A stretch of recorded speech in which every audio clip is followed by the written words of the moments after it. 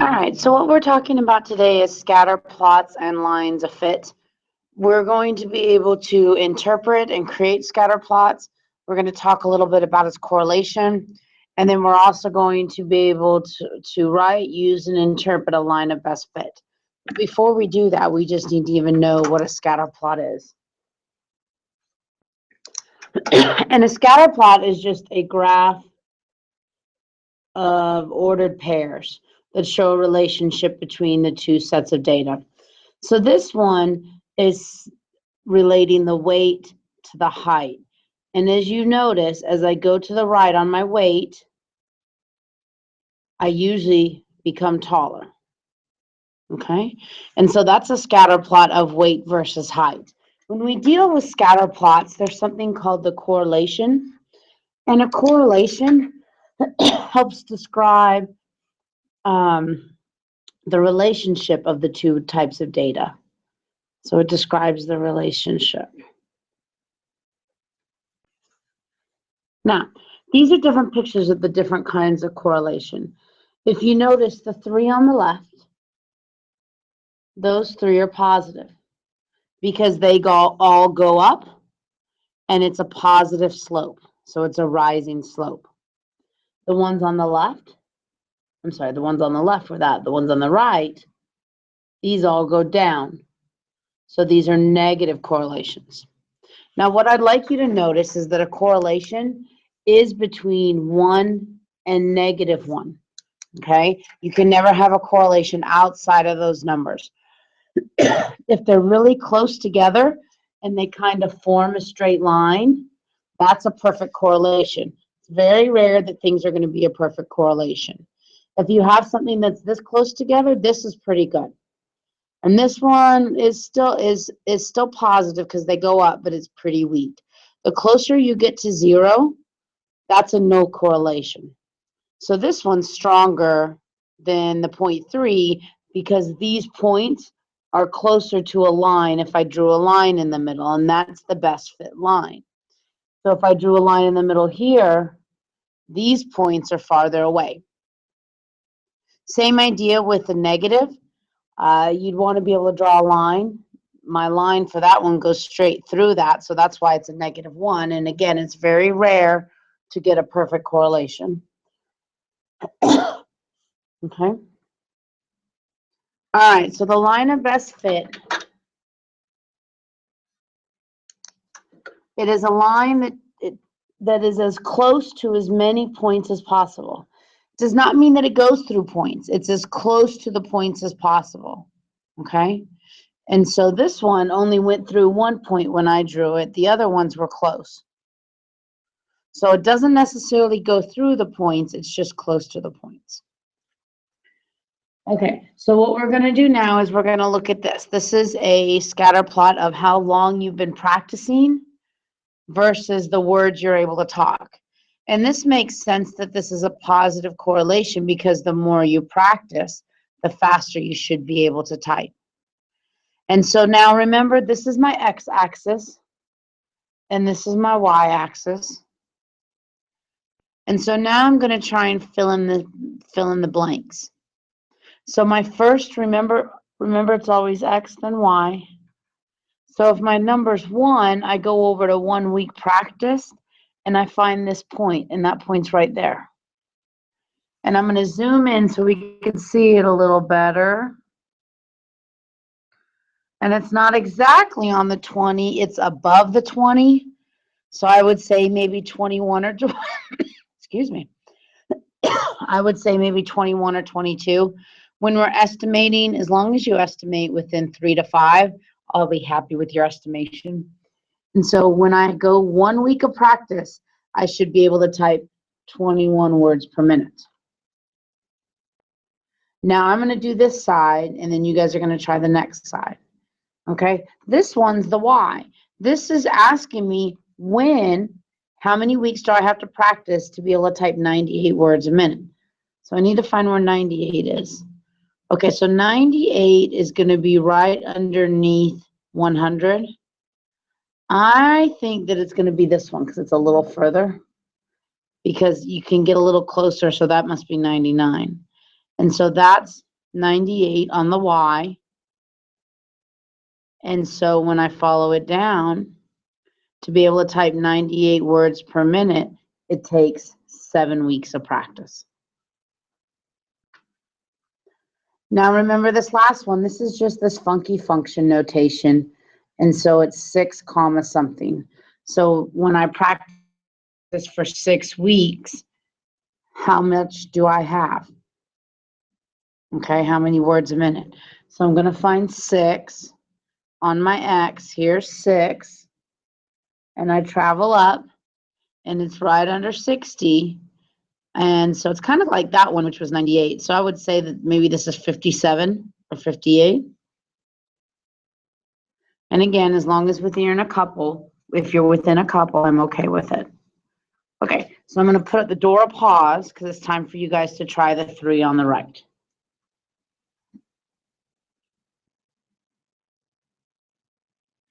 All right, so hopefully you had enough time to get them done.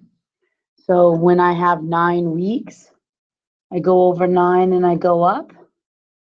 And that looks like it's an exact 60. It's very rare that they meet exactly. Okay, this next one, 40.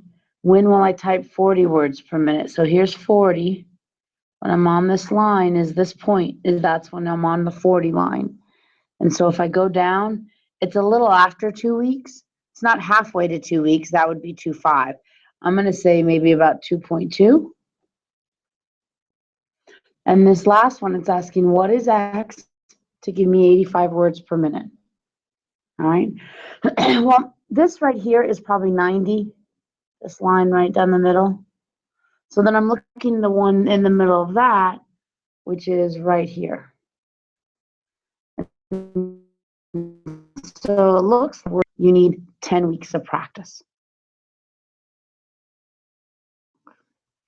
All right, so let's go to the second page of notes. And I gave you a second page so that way you don't have to copy everything down. What we're going to be doing now is we're going to use our calculator to find equations. And the equation's going to give us so that we can do some stuff with it. So the first thing you're going to do is, let's say I have some numbers. Let's try these numbers. 2, 7, 3, 8, 4, 10. Okay? I'm going to try and plug these in to find my best fit. And usually they're not really even going to be given like this. Let's write them how they would be. They'd be X, Y. So 2, 3, 4, 7, 8, 10. That's probably more realistic. So whenever you see a box like this, it's telling you to hit that key. So everybody on your calculator, see if I can do this. So I'm going to hit Stat, and I'm going to choose number 1, Edit. Okay, and you're going to put your X values in L1. So I'm going to put 2, 3, and 4, and I'm hitting Enter to be able to move. And then now it tells me to put my Y values in L2. So I'm going to go to the right, and I'm going to put my Y values, 7, 8, and 10. And I'm going to put the door pause up because I want to make sure everybody's here. If you're not here, ask a neighbor, ask somebody else to help you.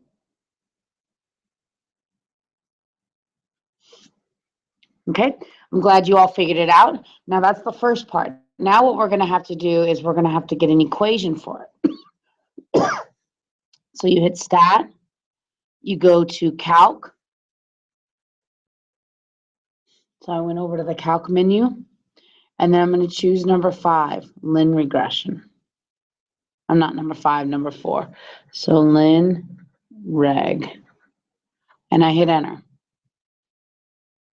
It's going to be set up correctly where it's L1 and L2. So I'm going to go down and hit Enter. Okay, so I'm going to door a pause again to make sure everybody's there.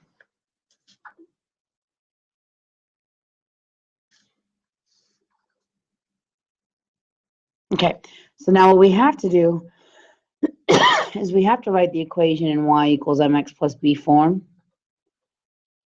but I don't have an m. But if you notice, the m is attached to the x. So for calculator talk, I'm going to write a, the letter A is represented by m. Oh, the slope. Sorry, I got these backwards. The slope is represented by the letter A. So now using this data that I had, my A is 1.5, so that is my slope. So 1.5x. And my B is my B, which is 3.8. Okay. And so we'll do a lot of these, and you're going to get confused, and you might need help, but you will do so many of these that you will get good at.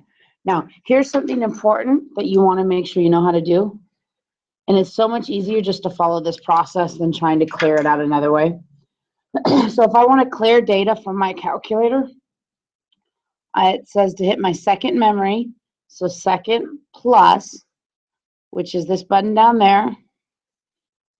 And then I'm going to go down to number 4 where it says clear list. And yes, I wanted to clear the lists. And now if you go back to your stat and edit, you'll see they're clear. So it's always helpful to know how to clear it because there's a lot of times you're going to have to delete them anyway. So clearing is the easiest way to go. Okay, so what we're going to do now is we're going to try and do this problem. Whenever you have the top row, that's usually your X, which is L1. And the bottom row is the Y, which is L2. Okay. What I'd like you to do is I'd like you to follow step 1 and put these in the calculator.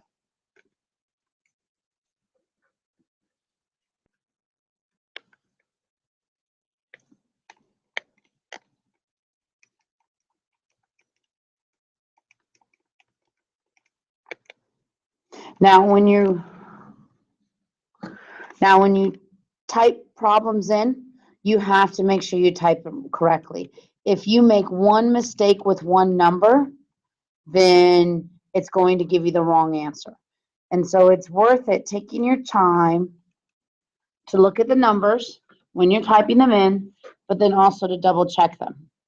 So 3,000 was paired with 17, yep. 2,800 was paired with 14, 25 with 11, 2,200 with 8, 1,800 with 5, 1,300 with 2, and 1,100 with 1.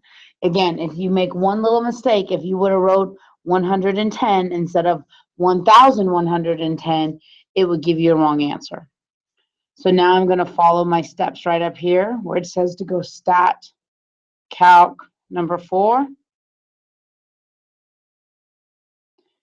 And it's in L1, L2. And I'm going to go until I get a calculation. And there it is. That is my best fit line. My M is my A value. So Y equals 119.4. And then I write an X. And look, it kind of tells you right here also. It says A, then you write the X, and then you say plus B. And my B is 1,110.7.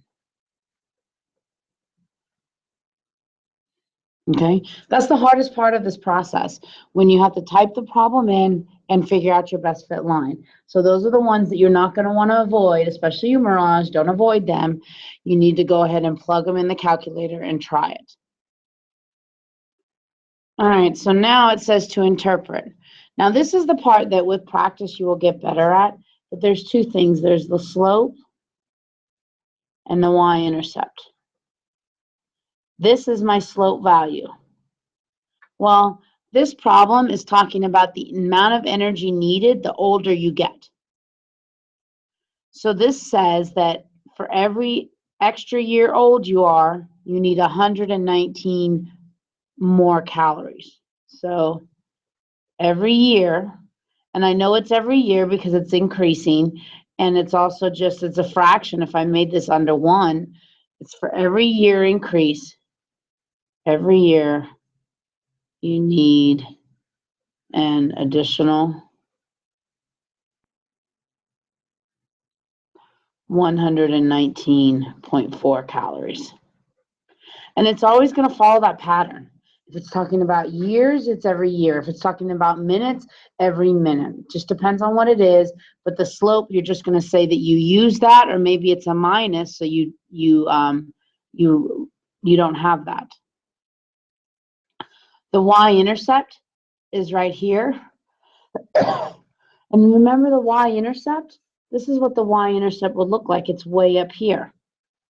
That's when x is 0. When x is 0 for this problem is age 0. At age 0, you will need 1,110.7 calories. Now, sometimes you're going to get y-intercepts that don't make sense, but that's okay. In a higher level statistics, you'll learn about what you call that, okay? But right now, we're just trying to say that at age 0, you're going to need that many. And what's nice about the y-intercept, it's always at 0. So at 0 seconds, at 0 height, at 0 time, a lot of different things. You just say what it is. Okay, for 3, it says use the linear model to predict. This is my linear model. I'm going to write it again.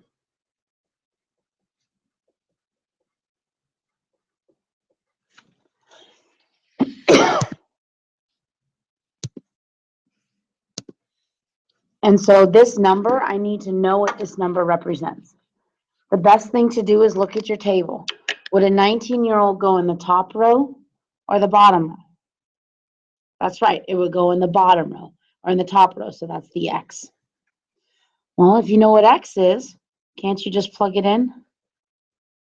So I plug in a 19. And now I can go ahead and plug that in. So 119.4 times 19 plus 1,000. Oh, you can't see what I'm doing. 1,110.7. And so a 19-year-old will need 3,379 calories.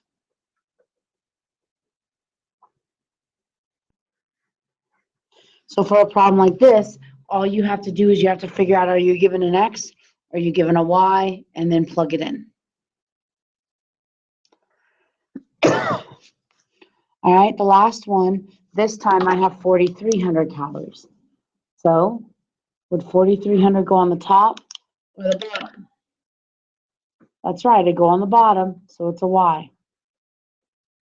So instead of writing y this time, I write 4,300 equals 119.4x plus 1,010.7. Now we have a problem that you've gotten pretty good at solving. Subtract that on both sides. And so it's going to be, let's get that over, 4,300 minus 1,110.7. So that's 3,189.3 equals 119.4x. And to get rid of that 119, you divide by 119.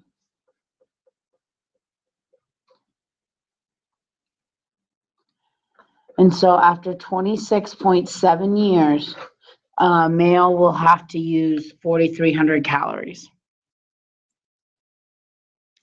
Okay, so in this lesson, you learned a lot of things. But the main thing that you're going to practice with is your correlation, knowing whether it's positive or negative or none, and then writing this equation. It's going to take practice using these, but once you do this about 5 or 6 times, you'll get this process down.